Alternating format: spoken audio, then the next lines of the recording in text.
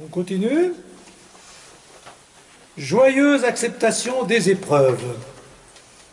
Remercions Dieu aussi bien pour l'adversité que pour la prospérité. Acceptons les épreuves de la vie comme le Christ les a acceptées. Comme preuve que cette vie n'est pas le temps du rire, mais plutôt le temps des larmes, l'Église nous montre que notre Sauveur lui-même a pleuré 2 ou 3 fois et ne le montre jamais riant. Alors qu'est-ce que vous en pensez de cette phrase? C'est un peu vrai, hein? Mais est-ce que vous êtes d'accord pour dire que la vie c'est plutôt des larmes que du rire? Il y a un peu les deux quand même, hein? Ouais. Comme preuve que cette vie n'est pas le temps du rire mais plutôt le temps des larmes, il y a les deux, mais il faut aussi accepter les deux, voilà. L'Écriture nous montre que Jésus lui-même a pleuré 2 ou 3 fois, il ne le montre jamais riant, c'est vrai. On ne sait pas. On ne sait pas si Jésus riait. C'est dommage. Comment? C'est dommage. C'est dommage, hein? Je trouve que c'est dommage cette image souvent qu'on a du Christ pleurant portant sa croix. Enfin, la vie, c'est pas ça, quoi. Même si il y a des efforts, même si parfois on porte, même si c'est difficile, c'est quand même plus facile de porter sa croix avec un peu d'espérance et avec de l'amour. Ce qui sauve, c'est la croix portée avec amour. Garder l'amour quand on a des croix difficiles. Et voilà, bah oui. Oui, mais c'est souvent, ça dépend comment on présente la croix. Hein. La croix, c'est la croix du Christ. C'est l'autre jour quand j'ai mis les 3 croix du Christian de Chergé, hein, voilà, il dit qu'il y a 3 croix. Lui. Il voit 3 manières de voir la croix où il y a 3 croix. La première, c'est d'abord Jésus qui ouvre les bras pour dire je vous aime, je vous donne ma vie. Donc la croix, c'est d'abord l'image de l'amour qui donne tout, avant même de la souffrance.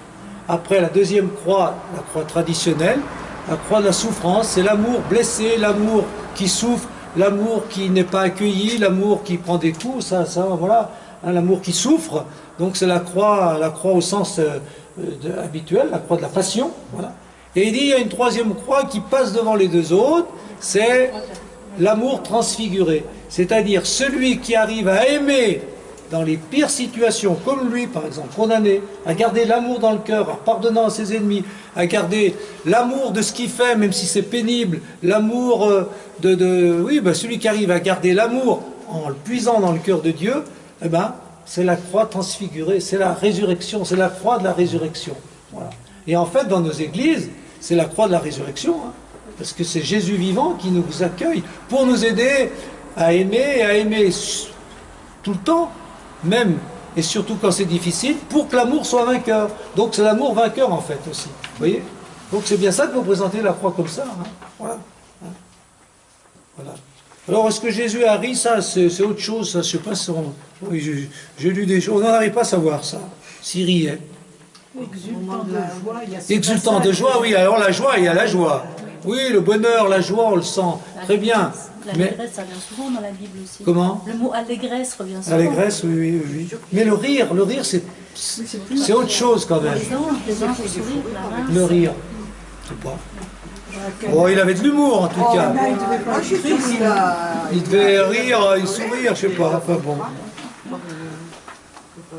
Donc Jésus a pleuré 2 ou 3 fois. Vous savez quand? Sur Lazare. Il y a Lazare. Sur Jérusalem. Sur Jérusalem. Autrement, pas trop. La 3e fois.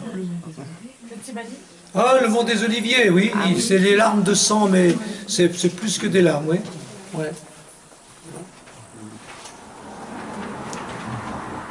Bon, eh bien, surtout contemplons le Christ, emprisonné, maltraité, souffrant sa passion, portant sa croix pour trouver sens à nos épreuves et réconfort dans nos épreuves, c'est ce qu'il dit lui.